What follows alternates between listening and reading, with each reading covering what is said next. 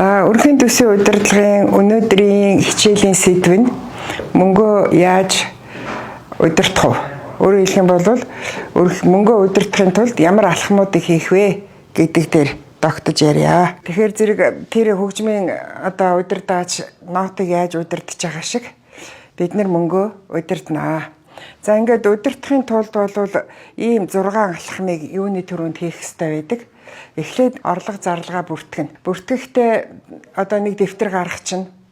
За тэр дэвтэр дээр он сараа бичээд тэгээд өнөөдөр олсон орлогоо бичнэ. Гаргасан зардлуудаа бичнэ.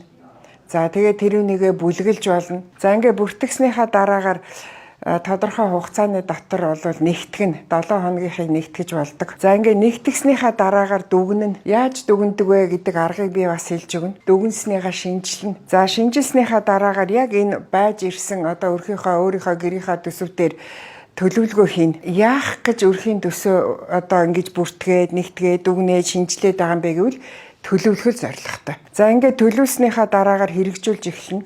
За хэрэгжүүлэхдээ араас нь хянаж явнаа.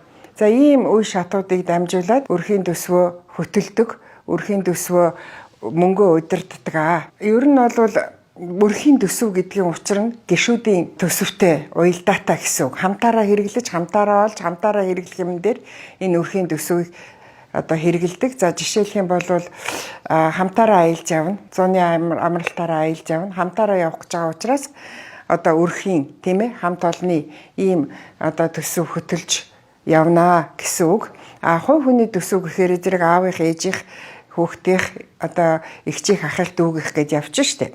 Тэгэхээр өрхийн гэдэг утга нь бол хамтын хэрэглээ байдаг гэд. Тоонтой гэрт толгой холбож, тостой тоогонд хушуу холбож байгаа хүмүүсийн мөнгөний удирдлагыг өрхийн төсөв гинэ гэж хэлж исэн. За энэ дээр бол шинжлэх хэсэг байна. Энэ зураасуудыг хараад байгаарай тийм ээ. За ингээд энэ дээр бол юу байна гэхээр 1 дахь, 2 дахь, 3 дахь, 4 дахь 7 хоногийн зардлууд бүртгэгдсэн байна. За ингээд дүгнсэн байна.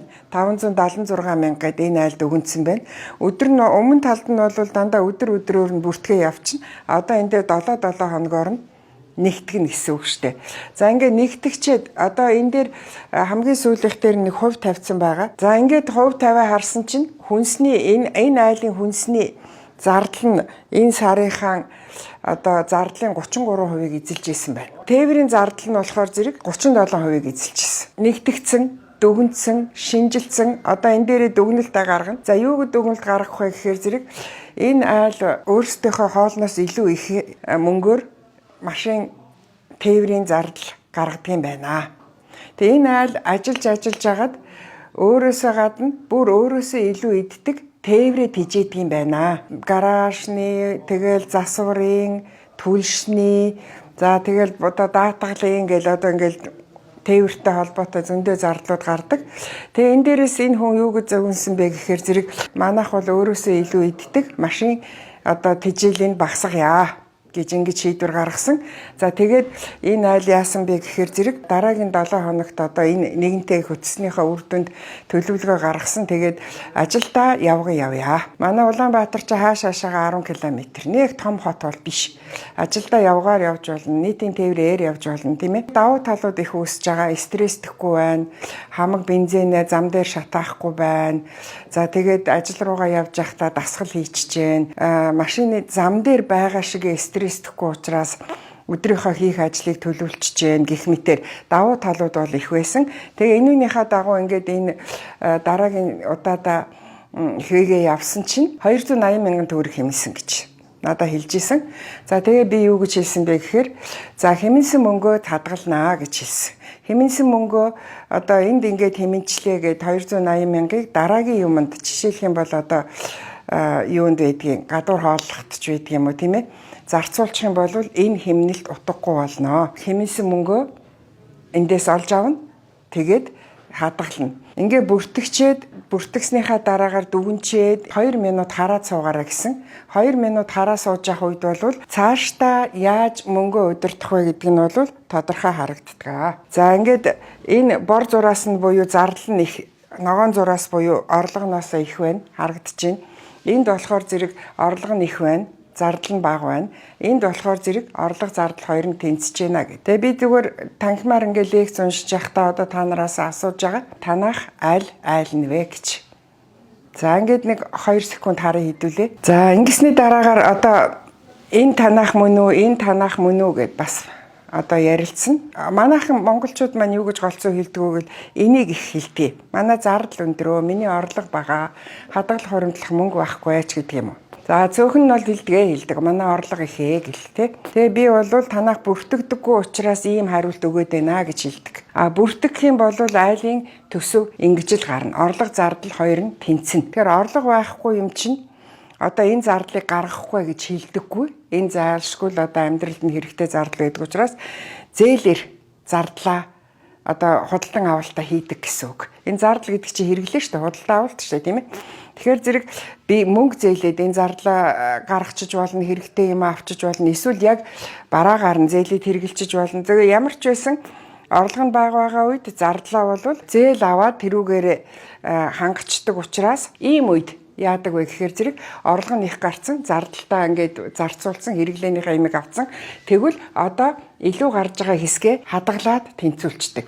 Хадгаламж бол өнөөдөр гарч байгаа зардал. Энэ хадгаламж бол өнөөдөр гарч байгаа мөртлөөд ирээдүйд орлого олох зардал байдаг. Одоо эргээд нөгөө удирдлага руугаа оръё. За, бүртгэгдсэн, нэгтгэгдсэн, дүгнэлтсэн, шинжилсэн, төлөвлөсөн. Нөгөө бүртгэлээ хийгээ явж байгаа учраас ямар зардал гардгаа мэддэг болцсон, ямар зардлаа бууруулахаа мэддэг болцсон, төлөвлөсөн, төлөвлөгөөгөө биелүүлэх тэр чадварыг хэлдэг. За ингээд төлөвлөлттэй гэж бодъё. Би нэг жишээ хэлье да. Нэг залуу ингээд өрхийн төсөө төлөвлөө явж исэн машиных нь өөрийнх нь талын хаалганы бариул хугарсан. Орж гарч чадхаа болсон. За тэгсэн чинь энэ залуу одоо 2 асуултын дунд зогссон. Би одоо мөнгө гаргаад хаалгаа засуулчих уу? Эсвэл миний төлөвлөгөөнд байхгүй учраас би дараагийн сар руу энийг оруулах уу гэд. За би тэгээд бас сонсож байгаа хүмүүсээс асууж байгаа шүү. Яах байсан бэ? Та яах байсан бэ гэдэг. За ингээд нөгөө залуу ийм шийдвэр гаргажээ. За хүн болгон ярьж штэ. За тэртээ дэргүү дараагийн сард энэ хаалгаа засуулах юм чи өнөөдөр хаалгаа засуулчаа, орж гарахад амар юм аач гэдэг юм уу. Нөгөөдүүл нь болохоор төлөвлөгөө биелүүлэх ёстой гэж хариулж байна. За зүйтэй.